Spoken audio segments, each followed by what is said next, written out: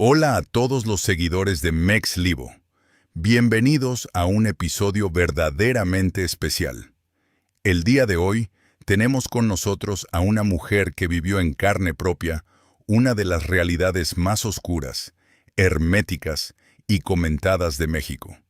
Durante años estuvo casada con un hombre que operaba como jefe de plaza para el cártel de Sinaloa. Hoy nos acompaña bajo el seudónimo de Elena, por obvias razones de seguridad, para contarnos todo aquello que no se ve en las series de televisión ni en los narcocorridos. Elena, bienvenida. ¿Cómo estás y cómo quieres empezar a contar esta historia? Hola a todos los que escuchan MexLivo. Muchas gracias por el espacio. Fíjate que acepté hablar porque ya han pasado varios años de todo esto, y la verdad es que afuera la gente tiene una idea totalmente distorsionada de lo que es esa vida.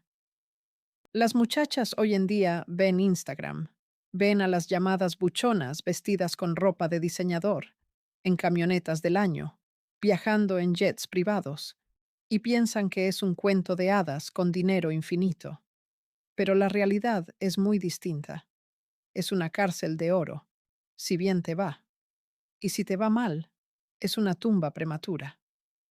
Yo nací y me crié en Culiacán, Sinaloa, en una familia completamente normal, de clase media baja. Mi papá era contador y mi mamá tenía una pequeña mercería en el centro. Crecí escuchando música norteña, viendo el ambiente, porque en Sinaloa la cultura del narcotráfico está normalizada desde que eres niño, quieras o no. Tú ves las camionetas blindadas pasar por el malecón, ves a los muchachos con pecheras y radios, y para uno de joven, desafortunadamente, se vuelve algo cotidiano. Cuando yo tenía 19 años, estaba estudiando la licenciatura en Administración de Empresas en la universidad pública. Yo era una muchacha alegre, aplicada, con ganas de salir adelante por la vía buena. Un fin de semana fui a un restaurante muy conocido en la zona del Tres Ríos con unas amigas de la facultad para celebrar el cumpleaños de una de ellas. Estábamos comiendo, platicando de cosas de la escuela, cuando de repente entró un grupo de hombres. El ambiente del lugar cambió de inmediato. No sé cómo explicártelo, pero cuando entra alguien con peso en la estructura de la maña, el aire del restaurante se vuelve pesado. Los meseros empiezan a correr de un lado a otro. La música baja un poco el volumen. La gente en las mesas contiguas voltea discretamente y luego agacha la mirada. Entre ese grupo venía un hombre de unos 32 años, bien vestido, no con el estereotipo exagerado de botas y sombrero, sino con ropa de marca fina, discreta, pero evidentemente cara, con un reloj que deslumbraba desde lejos. Ese hombre era a quien llamaremos el Viento, quien tiempo después me enteré que era el jefe de plaza de una franja crucial de la zona centro de Sinaloa. ¿En qué momento se acerca a ti o cómo cruzaron miradas esa noche? Fue casi inmediato.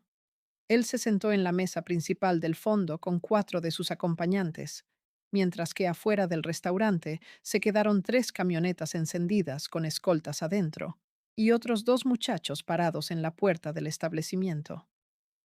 Al principio yo intenté no voltear, porque desde niña mi papá me decía, hija, si ves gente rara, tú no mires, tú a lo tuyo, la vista hacia el plato.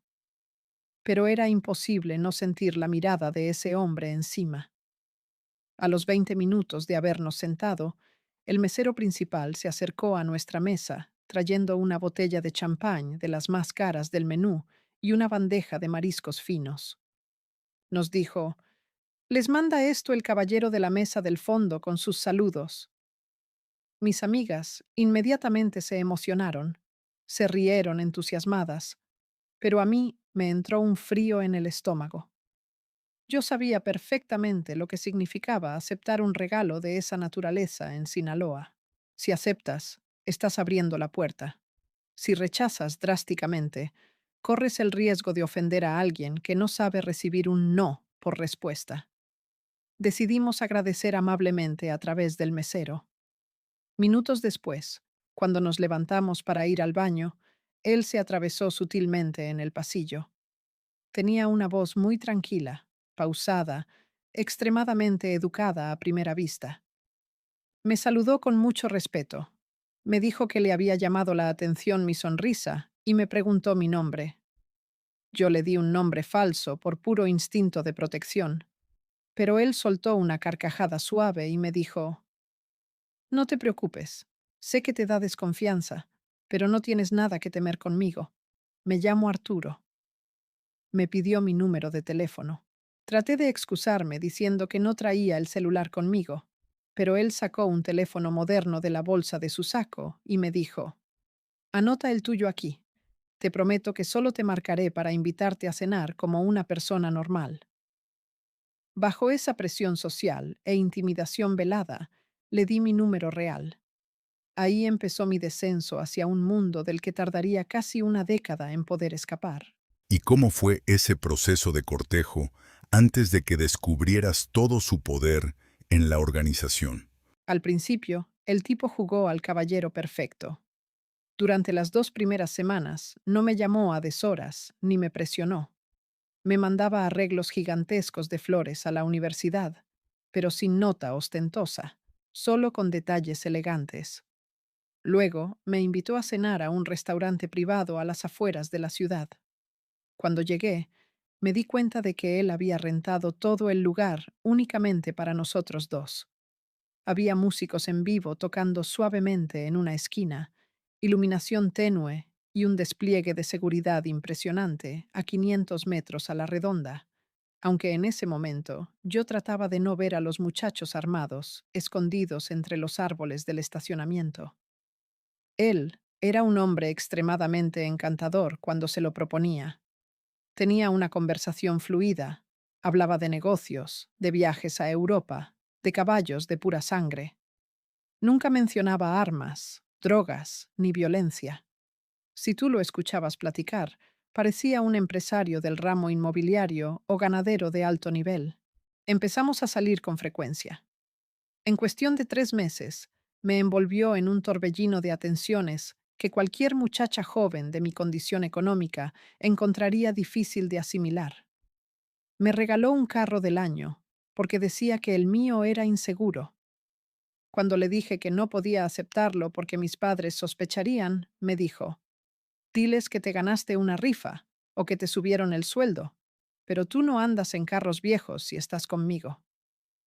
Poco a poco comenzó a alejarme de mi círculo social. Sin que yo me diera cuenta de forma agresiva, él iba descalificando a mis amigas. Esa amiga tuya no me gusta para ti. Te tiene envidia. Aquel muchacho con el que hablas en la escuela solo quiere aprovecharse. Cuando vine a reaccionar, yo ya solo hablaba con él y dependía emocionalmente de sus llamadas. Un día, después de 6 meses de noviazgo, me llevó a una propiedad enorme a las afueras de Culiacán, rumbo a la sierra. Era una mansión impresionante, con jardines enormes, alberca olímpica, caballerizas y un muro de contención de más de 4 metros de alto, con cámaras de vigilancia cada 5 metros. Ahí me tomó de la mano, me enseñó la casa por dentro y me dijo: Esta es la casa que mandé construir para nosotros. Quiero que te cases conmigo. ¿Qué sentiste en ese momento? ¿Ya sabías exactamente a qué se dedicaba? Para ese momento yo ya no era ciega. Obviamente sabía que no era un empresario convencional. Había visto las armas cortas fajadas en su cintura cuando se quitaba el saco. Había visto los radios de comunicación militar que sonaban a todas horas, con claves que yo no entendía. Había presenciado cómo comandantes de las policías estatal y municipal llegaban a saludarlo con la cabeza agachada y a recibir sobres de dinero. Pero en la mentalidad de una muchacha de 20 años, atrapada en ese lujo, uno cae en una etapa de autoengaño muy profunda. Tú te dices a ti misma: Él es bueno conmigo. Él no le hace daño a nadie inocente. Solo es su trabajo. Esa es la mentira más grande que te vendes para poder dormir en las noches. Acepté casarme con él. La boda fue algo sacado de una película surrealista. Se celebró en un rancho privado. Hubo más de 500 invitados. Vinieron grupos norteños y bandas de las más famosas del país a tocar durante 3 días seguidos. Había jefes de otros territorios que llegaron en helicópteros privados. El despliegue de seguridad era insólito. Había círculos de seguridad con gente armada con fusiles de asalto y lanzagranadas cuidando el perímetro del rancho en un radio de 5 kilómetros para evitar sorpresas tanto del ejército como de cárteles rivales. En esa boda comprendí la verdadera magnitud de la posición de mi esposo. Él no era un simple vendedor o un sicario de rango medio. Él era el encargado absoluto de controlar la plaza, es decir, el cobro de piso, el paso de cargamentos, la nómina de las autoridades corruptas y la seguridad territorial de una región entera para la organización. ¿Cómo cambió tu vida diaria una vez que te mudaste a esa mansión como la esposa formal del jefe de plaza? La gente piensa que ser la esposa de un personaje así es vivir en una fiesta eterna. La realidad es que al día siguiente de la boda se acabó la fantasía del noviazgo y empezó la verdadera pesadilla. La primera regla que me impuso fue tajante. A partir de hoy, tú no vuelves a la universidad. No necesitas trabajar. No necesitas título. Tú te quedas en la casa y te dedicas a ser mi mujer. Me quitó mis redes sociales.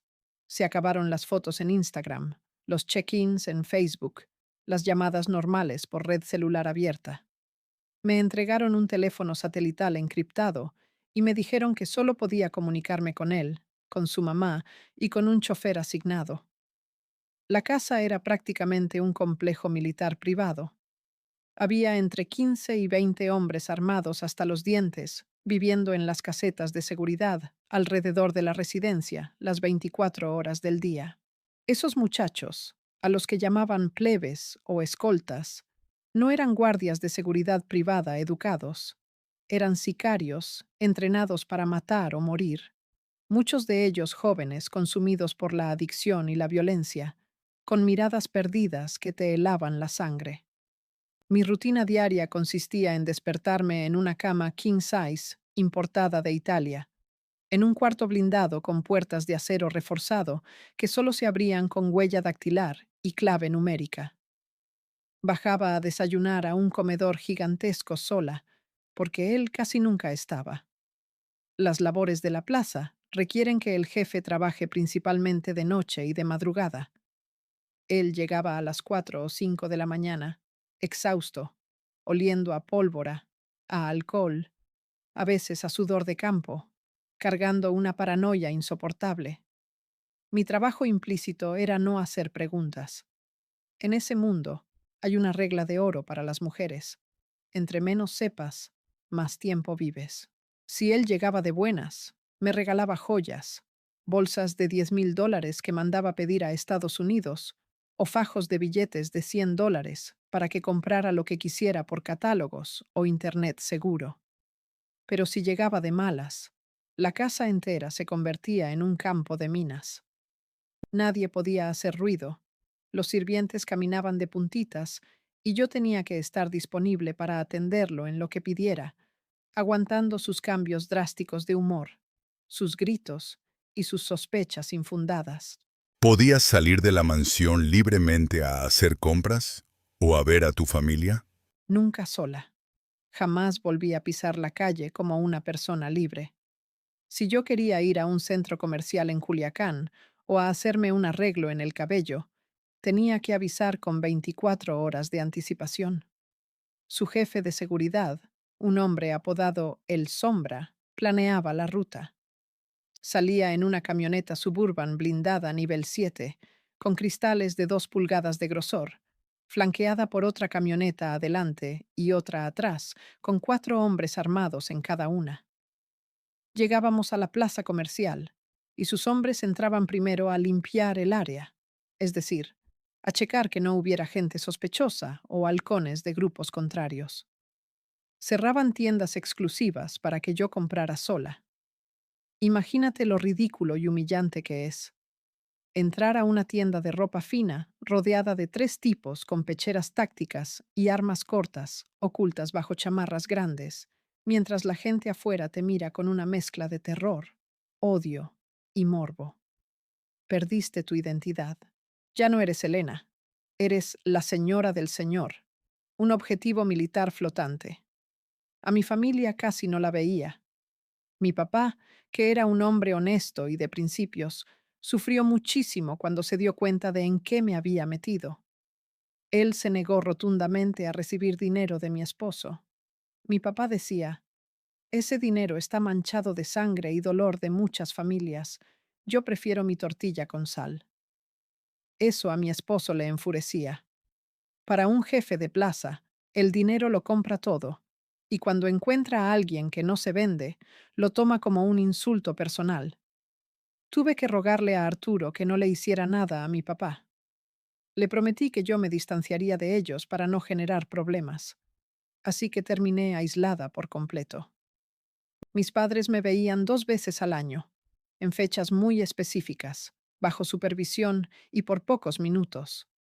Perdiste tus raíces, perdiste tus amigos, perdiste tu libertad. Te quedas sola en una jaula adornada con mármol, oro y pantallas gigantes. Háblanos de la estructura de la plaza. Como esposa de un jefe, ¿cómo veías el manejo del territorio y las relaciones con las autoridades? El trabajo de un jefe de plaza es básicamente coordinar un microestado clandestino. Él era el rey absoluto de ese territorio asignado por los altos mandos de la organización. Nada se movía en esa zona sin su autorización. Desde la venta de droga al menudeo en las esquinas, el paso de los tráileres con cargamentos hacia el norte, los robos de vehículos, hasta los giros comerciales legales. Todo negocio mediano o grande en la zona tenía que pagar una cuota o alinearse. Yo veía llegar a la casa principal a personas de todo tipo. No te imaginas la cantidad de funcionarios públicos, mandos policiales, empresarios respetables y políticos que iban a la mansión a rendir cuentas o a pedir favores. Recuerdo especialmente los domingos por la tarde. Arturo organizaba carne asada en el área de la alberca. Llegaban directores de la policía de varias municipalidades. Llegaban en sus patrullas oficiales. Se quitaban el gorro con respeto. Comían con él. Tomaban whisky del más caro. Y al final de la reunión, mi esposo sacaba maletines llenos de fajos de billetes en pesos y dólares. Se los entregaba en la mano como si estuviera pagando una nómina corporativa. Les decía, esto es para los muchachos de la corporación, para que sigan trabajando tranquilos y nos cuiden las espaldas. Los mandos policiales agradecían con una sumisión increíble. Ahí te das cuenta de la mentira que ves en las noticias cuando dicen que las autoridades están combatiendo a la estructura. En la base del territorio, la autoridad y la maña son exactamente la misma cosa. Se confunden, comen en la misma mesa y se reparten las ganancias. La policía operaba como el primer círculo de halconeo para la plaza. Si una camioneta extraña entraba por la carretera principal, no eran los sicarios los primeros en reportarla. Eran las patrullas municipales las que avisaban por radio la placa y las características del vehículo a la gente de mi esposo. ¿Y cómo funcionaba el sistema de vigilancia dentro de la misma ciudad a nivel de calle? El sistema de los punteros o halcones es algo impresionante y aterrador. La gente cree que la maña son solo los hombres armados que se ven en las camionetas, pero el verdadero poder de control de un jefe de plaza es la red de ojos y oídos. En la zona que controlaba Arturo, había literalmente cientos de jóvenes en motocicletas itálica, en cada esquina clave, fuera de los oxos, en las gasolineras, en las entradas de las colonias, en las paradas de autobuses, todos ellos equipados con radios de frecuencia o teléfonos con aplicaciones encriptadas.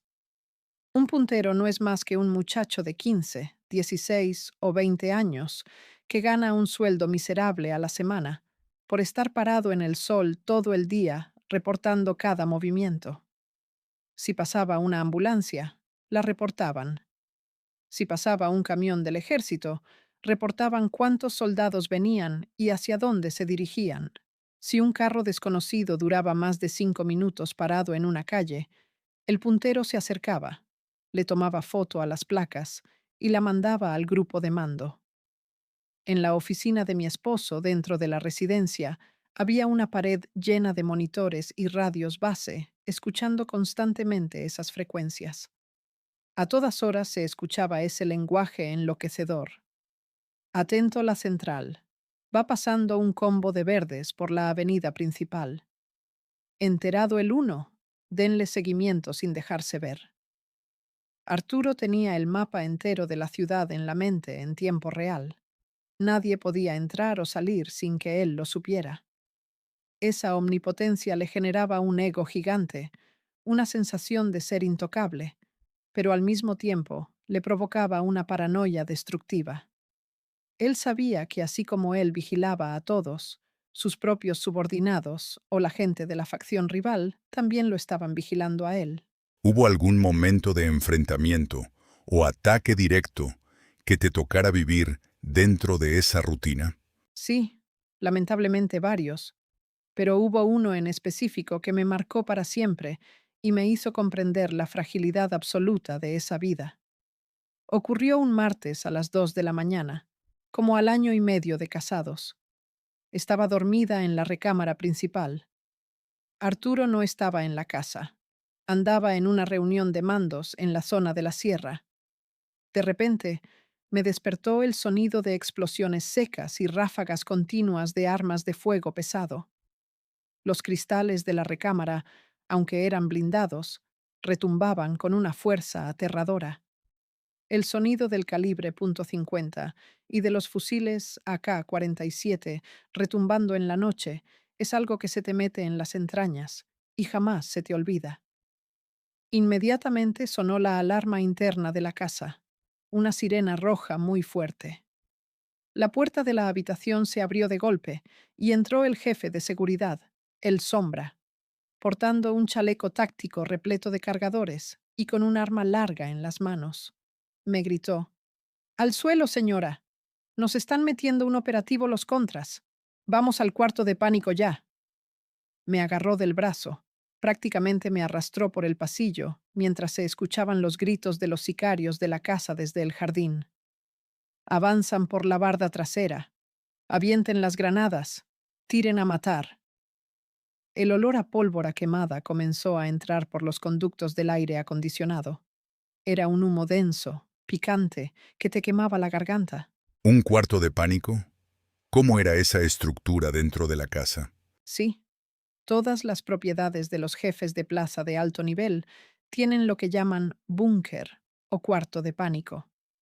En esa casa, la entrada estaba oculta detrás de un espejo de cuerpo entero en el vestidor principal. Se activaba un mecanismo hidráulico. El espejo se corría y abría una puerta de acero pesado de casi 10 pulgadas de grosor, similar a la de la bóveda de un banco. Por dentro, era un cuarto pequeño de unos 4 por 4 metros, recubierto de concreto reforzado y plomo. Tenía su propio sistema de suministro de oxígeno independiente por tanques, agua embotellada, enseres de primeros auxilios, teléfonos satelitales fijos y pantallas conectadas a cámaras externas térmicas y nocturnas que tenían su propia planta de energía subterránea. El Sombra me metió a empujones ahí adentro, junto con una de las muchachas del servicio doméstico que estaba histérica, llorando desconsoladamente. Cerró la puerta pesada desde afuera, y nos quedamos en total silencio dentro de ese habitáculo, helado. A través de los monitores de televisión pude ver lo que pasaba afuera en tiempo real. Era una carnicería. Un grupo armado rival, compuesto por al menos 6 camionetas clonadas con logotipos falsos de corporaciones policiales, había derribado el portón principal, embistiéndolo con un camión pesado. Decenas de hombres encapuchados con equipo táctico negro estaban intercambiando fuego con la guardia personal de la casa. Vi caer abatidos a 3 de los muchachos que diariamente me servían el café o abrían la puerta del portón. Los vi desangrarse en el pasto del jardín bajo la luz de los reflectores. Las balas perforaban las paredes externas de la casa como si fueran de papel. Duramos atrapadas en ese búnker casi 3 horas. 3 horas donde el tiempo se detiene y tú lo único que haces es rezar todas las oraciones que aprendiste de niña, prometiéndole a Dios que si sales viva de ahí vas a cambiar de vida, aunque en el fondo sabes que estás atrapada sin salida. ¿Cómo terminó ese ataque? ¿Y qué pasó cuando Arturo llegó a la escena? El ataque terminó porque los refuerzos de la plaza, junto con patrullas de la policía estatal que estaban en la nómina de Arturo, cerraron los accesos de la colonia y llegaron a flanquear a los agresores. Los sicarios rivales tuvieron que emprender la huida, dejando 2 camionetas abandonadas e incendiadas en la entrada. Como a las 5:30 de la mañana, la puerta del búnker se abrió. El aire dentro del cuarto ya se sentía enrarecido. Cuando salí, la mansión parecida a un palacio estaba destruida. Paredes llenas de impactos de bala de grueso calibre, cristales rotos por todos lados, manchas de sangre en los pisos de mármol del recibidor, el olor sordo de la pólvora quemada y el gas lacrimógeno mezclado con el olor de la sangre fresca. Arturo llegó unos minutos después, en un convoy de 10 camionetas blindadas. Venía fuera de sí, ciego de ira. No me preguntó cómo estaba, no me abrazó, no me preguntó si me había lastimado. Entró directo a la casa, pisando los casquillos percutidos que cubrían el piso como una alfombra de bronce. Empezó a dar órdenes a gritos a sus capitanes.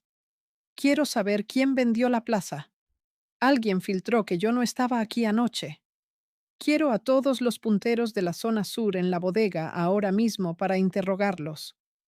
Se refería a torturarlos hasta que alguien hablara. En ese momento vi en sus ojos una mirada de absoluta inhumanidad. Ya no había rastro del hombre educado que me invitó champán en el restaurante. Era un monstruo acorralado, impulsado por el odio, el miedo y la venganza. Ahí comprendí que en ese negocio no hay amigos, no hay lealtad real, solo hay paranoia y supervivencia brutal. Después de un suceso tan traumático como ese, ¿cómo era la convivencia íntima o la vida familiar cotidiana, si es que se le puede llamar así? La convivencia se destruye por completo. Te vuelves un objeto de su propiedad que sirve para aliviar su estrés o para exhibirte cuando hay celebraciones con otros jefes. El sexo en ese contexto deja de ser cariñoso o consensuado en un sentido sano. Se vuelve una imposición, una forma en que él reafirma su dominio. Él consumía mucha cocaína y alcohol para aguantar las jornadas sin dormir, la presión de los mandos superiores y las amenazas constantes.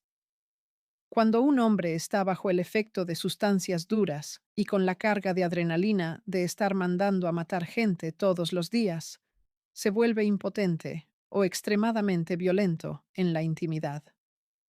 Hubo noches horribles donde yo tenía que aguantar maltratos físicos y verbales, insultos degradantes, acusaciones absurdas de que yo lo engañaba con alguno de sus escoltas o que yo estaba hablando con gente del gobierno. Si lloraba, me gritaba, ¿de qué te quejas si tienes todo lo que cualquier mujer quisiera? Comes del mejor plato, traes la mejor camioneta, no te falta nada. Para ellos, el dinero liquida el derecho de la mujer a sentir dolor o dignidad. Además, estaba el tema de las infidelidades.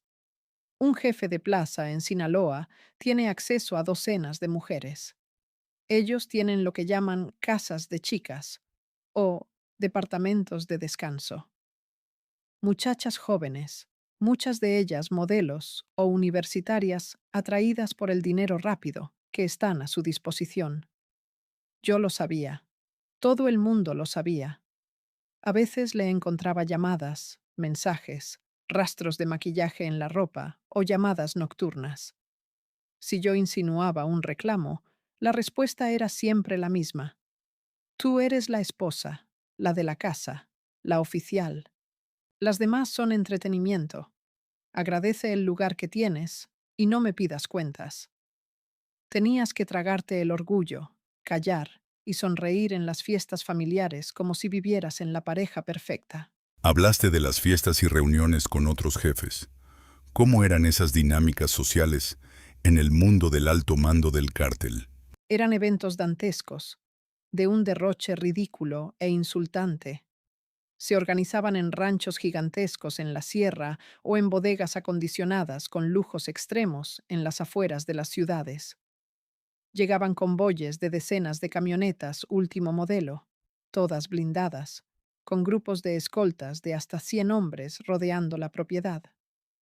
Adentro, las mesas estaban vestidas con manteles finos, banquetes con mariscos traídos en aviones privados ese mismo día desde la costa, cortes de carne importados, botellas de cognac y tequila de miles de dólares que la gente tomaba como si fuera agua. Los grupos de música norteña y los cantantes de corridos famosos de México estaban ahí. Para ellos, que un cantante famoso les cantara un corrido personalizado en vivo era el máximo símbolo de estatus. Pagaban 50, 100,000 dólares en efectivo por una sola noche, para que el artista repitiera 10 veces la canción que hablaba de las hazañas, los balazos y la lealtad del jefe. Mientras los jefes tomaban, hablaban de negocios, se repartían rutas de tráfico, discutían sobre los decomisos en las fronteras, coordinaban la compra de armamento pesado que traían desde Estados Unidos y decidían la suerte de personas. Podían estar riéndose, tomando un trago de 2,000 dólares, y en la misma conversación, con la mayor frialdad del mundo, el esposo mío o cualquier otro decía: a ese fulano ya no le creo nada, conrétenlo mañana temprano y tiren el cuerpo en el canal. Hablaban de quitarle la vida a un ser humano con la misma naturalidad con la que tú pides una pizza por teléfono. Esa frialdad te carcome el alma al escucharla. ¿Llegaste a presenciar directamente actos de violencia o interrogatorios dentro de tus años en esa vida? Directamente presenciar una ejecución no, porque ellos cuidaban mucho que las esposas oficiales no viéramos la sangre de forma directa para mantener la imagen de hogar. Pero sí vi cosas de las que me arrepiento hasta el día de hoy no haber tenido la fuerza de denunciar, aunque sabía que si decía algo, me mataban a mí también. En una ocasión, regresamos a la mansión por la tarde después de una comida. En el patio trasero, cerca de las caballerizas, había dos muchachos jóvenes, no tendrían más de 18 años, amarrados de pies y manos con cinta gris gruesa, tirados en el suelo bajo el sol abrasador de Sinaloa, golpeados salvajemente. Eran dos punteros que habían sido acusados de quedarse con un dinero de una venta de droga local y de quedarse dormidos en su turno de vigilancia. Pasé caminando hacia la casa y uno de los muchachos me miró a los ojos. Nunca voy a olvidar esa mirada. Tenía la cara hinchada, llena de sangre, y me dijo con un hilo de voz: por favor, madrecita, dígale al Señor que yo no fui. Ayúdeme por su madrecita santa. Sentí un nudo en la garganta. Se me saltaron las lágrimas. Intenté acercarme a Arturo y le dije suavemente: Arturo, por favor. Son unos niños. Perdónales la vida, o correlos, pero no les hagas nada. Arturo me agarró del brazo con fuerza, me empujó hacia adentro de la casa y me dijo fijamente a los ojos, con una voz que helaba los huesos: Elena, la última vez que te metes en mis asuntos de la plaza es hoy. Esos pendejos vendieron información y pusieron en riesgo la vida de mis hombres. Si vuelves a pedir por un perro de estos, te voy a considerar cómplice y te voy a tratar igual. 3 horas después, vi salir dos camionetas con bolsas negras de plástico en la caja trasera.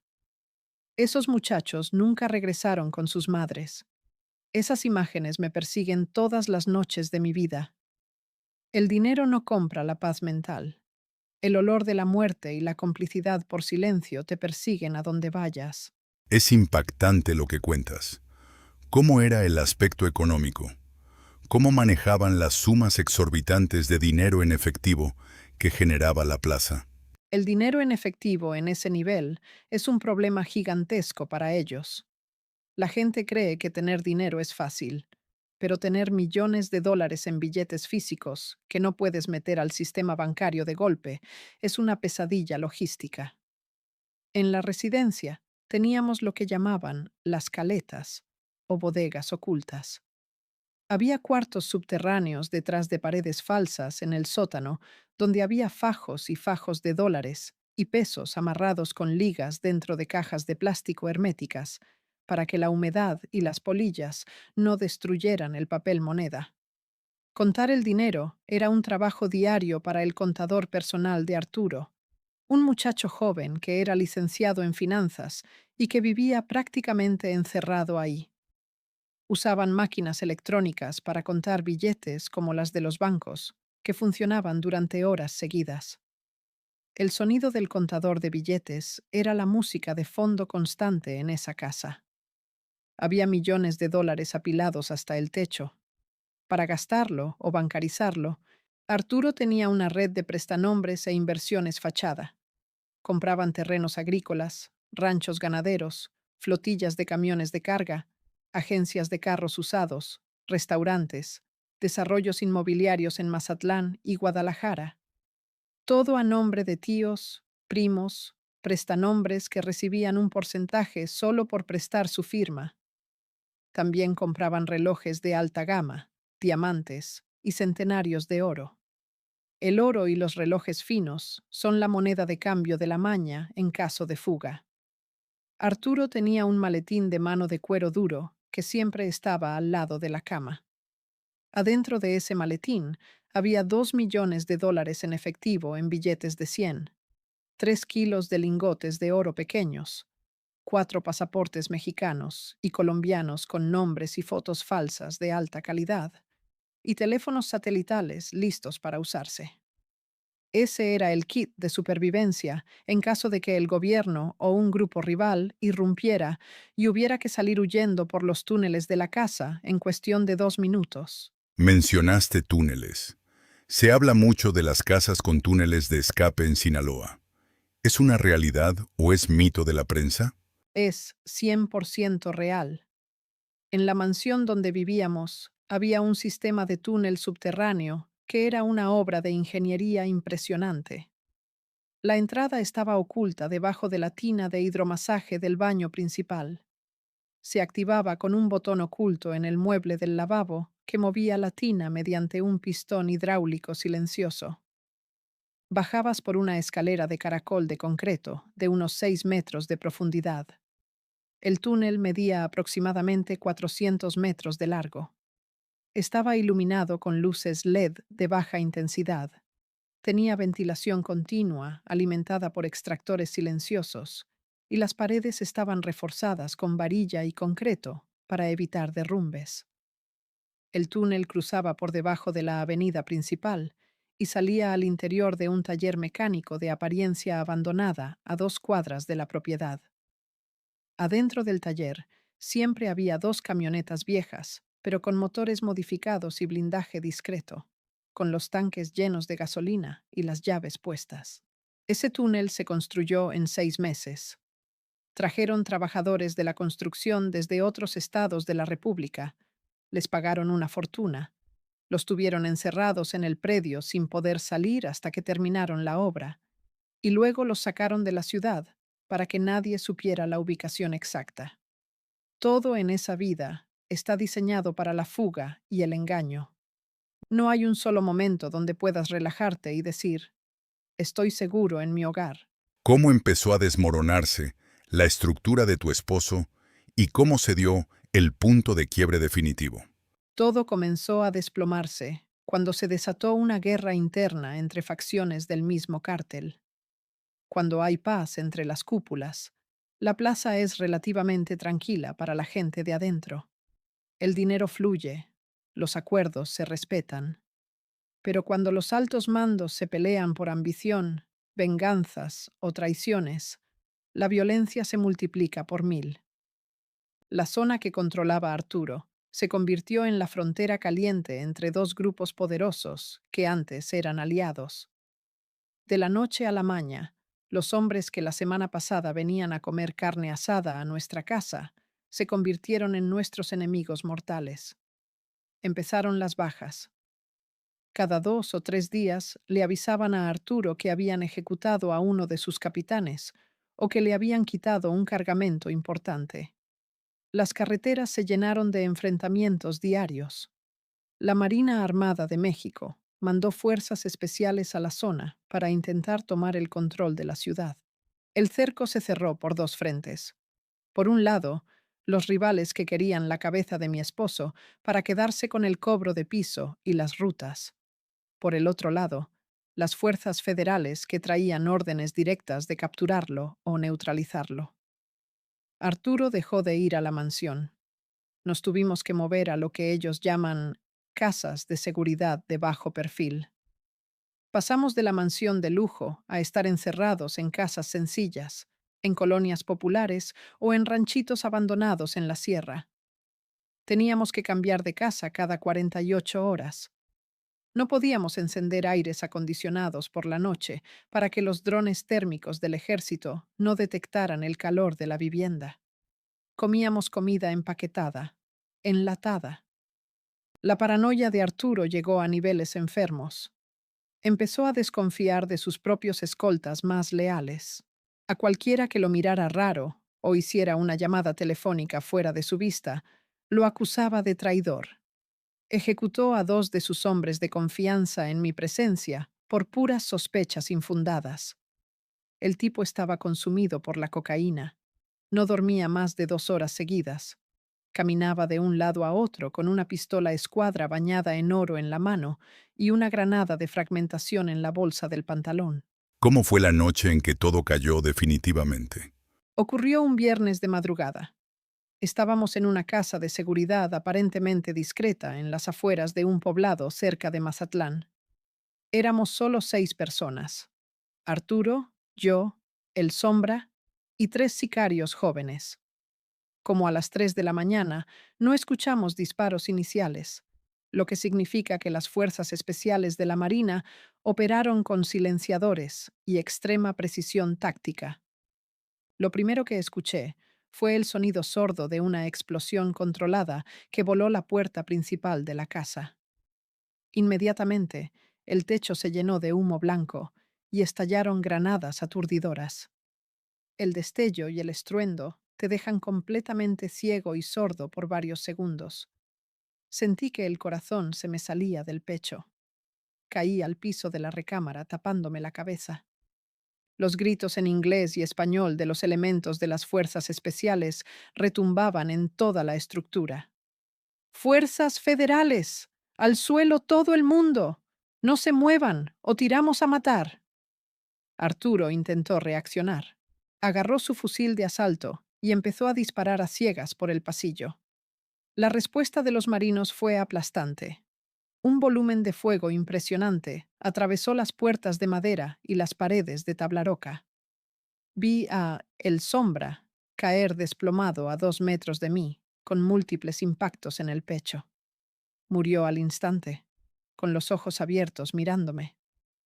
Arturo recibió un impacto en la pierna y cayó al suelo soltando el arma, gritando de dolor y maldiciendo. En cuestión de segundos, la habitación se llenó de soldados vestidos con equipo táctico con camuflaje de desierto, con visores nocturnos y láseres rojos apuntando a nuestros pechos. Me encañonaron a la cabeza mientras me gritaban que mantuviera las manos donde pudieran verlas. Me tiraron boca abajo en el piso helado, me pusieron la rodilla en la espalda y me esposaron los brazos hacia atrás con cinchos de plástico duro que me cortaban la circulación de las muñecas. A Arturo lo sometieron con dureza, lo golpearon para asegurarlo y lo encadenaron de pies y manos. Ahí, tirada en el piso, respirando el humo y viendo la sangre de los escoltas derramada en el piso, supe que el imperio de papel se había terminado para siempre. ¿Qué sucedió contigo después de esa detención? ¿Cómo te procesó la justicia? ¿Y cómo lograste salir de ese torbellino? Nos llevaron en helicópteros militares directo a la Ciudad de México. a las instalaciones de la Subprocuraduría Especializada en Investigación de Delincuencia Organizada, SEIDO. Pasé 3 meses en calidad de arraigo, sometida a interrogatorios diarios de 8 o 10 horas. Los fiscales querían que yo les revelara la ubicación de las caletas de dinero, las cuentas bancarias, las identidades de los prestanombres y los mandos políticos que recibían los pagos de la plaza. La verdad es que, como te conté, yo, por instinto de supervivencia, nunca quise saber detalles de nombres o ubicaciones exactas de dinero. Mi abogado, que tuvo que contratar mi papá vendiendo la casa de la familia y endeudándose de por vida, logró demostrar que yo no tenía participaciones activas en la estructura operativa del cártel, que no había cuentas bancarias a mi nombre con recursos ilícitos y que yo vivía bajo un esquema de coerción, violencia intrafamiliar y privación de la libertad. Al cabo de un proceso legal largo y agotador, me otorgaron la libertad bajo reservas de ley, pero el precio que pagué fue enorme. Arturo fue condenado a más de 40 años de prisión en un penal de máxima seguridad y posteriormente extraditado a Estados Unidos. Cuando la estructura de él cayó, las propiedades fueron aseguradas por el gobierno federal o saqueadas y destruidas por los grupos rivales. Mi familia recibió amenazas durante meses por parte de los enemigos de Arturo, que pensaban que nosotros nos habíamos quedado con parte del dinero de la plaza. Tuvimos que abandonarlo todo, vender lo poco que nos quedaba, cambiar de identidades de manera informal, mudarnos a otro estado de la República muy lejos del norte y empezar de cero en la absoluta pobreza. ¿Cómo es tu vida hoy en día, años después de haber sido la esposa de uno de los hombres más temidos de Sinaloa? Hoy llevo una vida sumamente modesta, pero por primera vez en años puedo respirar en paz. Trabajo en un empleo normal, gano un sueldo mínimo que me alcanza apenas para pagar la renta de un departamento pequeño y comprar mi comida. No tengo lujos, no tengo bolsas de marca, no ando en camionetas blindadas. Pero ¿sabes qué tengo? Tengo tranquilidad. Puedo caminar por la calle sin mirar por encima del hombro. Puedo escuchar el timbre de mi puerta sin sentir que se me detiene el corazón. Puedo dormir 8 horas seguidas sin necesitar pastillas para los nervios ni alcohol. El trauma psicológico, sin embargo, no se quita fácil. Tengo estrés postraumático severo. Si escucho un cohete en la calle, brinco de la silla pensando que son disparos. Si veo una camioneta negra con cristales polarizados estacionada cerca de mi casa, me entra un ataque de pánico y me tengo que encerrar.